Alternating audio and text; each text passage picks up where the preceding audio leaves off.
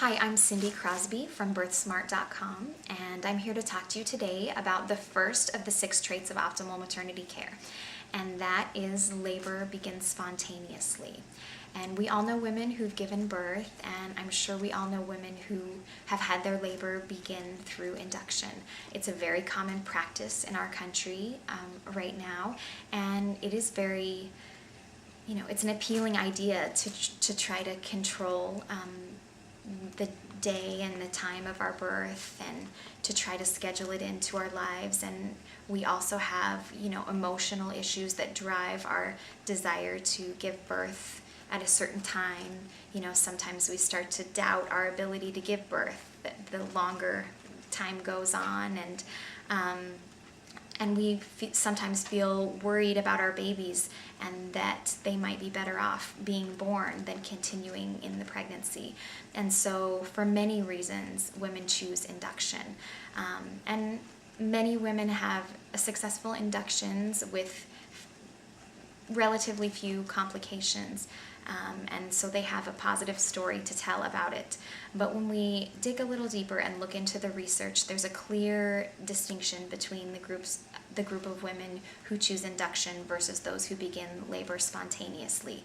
And the induction group is always at higher risk for various complications.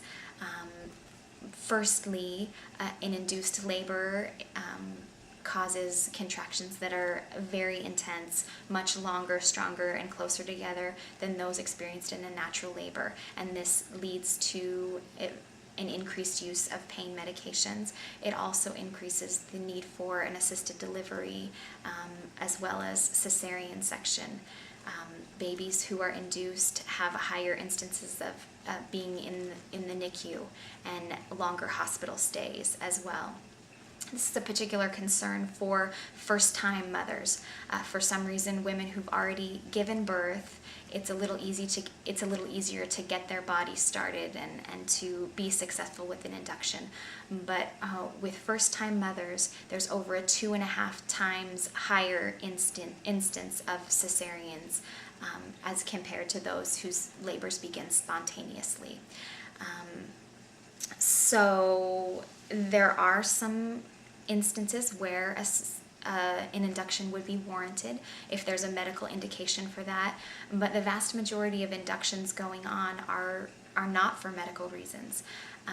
That's a recent study this year of first-time mothers suggested that 43% of those women in the study chose induction. 4% of those were for medical reasons, but 39% were for non-medical reasons. And what are these reasons? A lot of times they're just simply based on our due dates, and women reach their due date, and even some of their doctors as well feel that they should deliver just because they've reached the 40-week point. And sometimes women who are suspected to have a big baby are strongly encouraged to induce as well, but neither of those are evidence-based practices.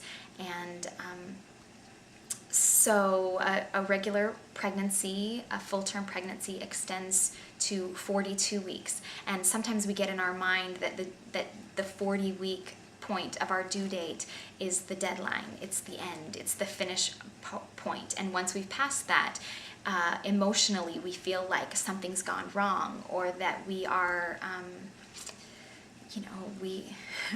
our body has failed because it hasn't gone into labor on time.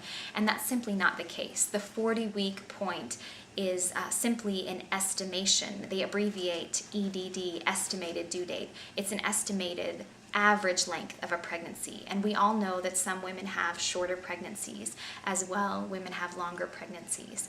Personally, I've given birth to 3 babies who were all born 8 to 10 days past my due date. And they were all normal size. And I do wonder if I had been induced at 40 weeks or 39 weeks, what their size or condition would have been. And so unless there's some medical indication that an induction is warranted, it's better just to hold off on that.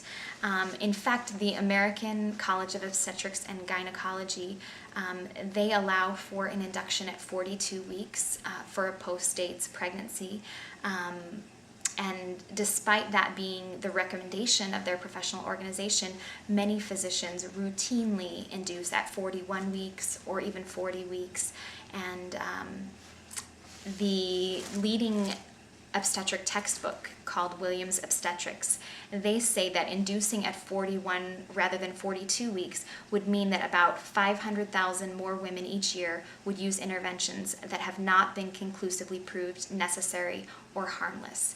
And so you should know, if you're feeling pressure from your provider, that they're not following their own guidance if they're pressuring you to induce at 40 or 41 weeks. If you're considering an induction for whatever reason, a helpful tool for you would be to try to determine your Bishop's score.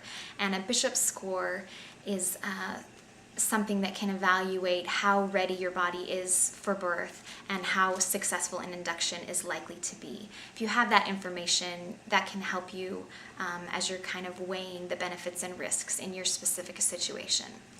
So the bottom line on inductions is simply that although they seem appealing on many levels, what they mean are that we're forcing our bodies to try to give birth when they're not ready yet. And so unless we have one of those very rare extenuating circumstances, my advice would be to let labor begin spontaneously. Of course, it's your choice during your labor and birth how things progress and how your labor starts. And only you can weigh the benefits and risks in your specific situation. So I just wish you the best with that, and look forward to sharing more with you soon. Thank you.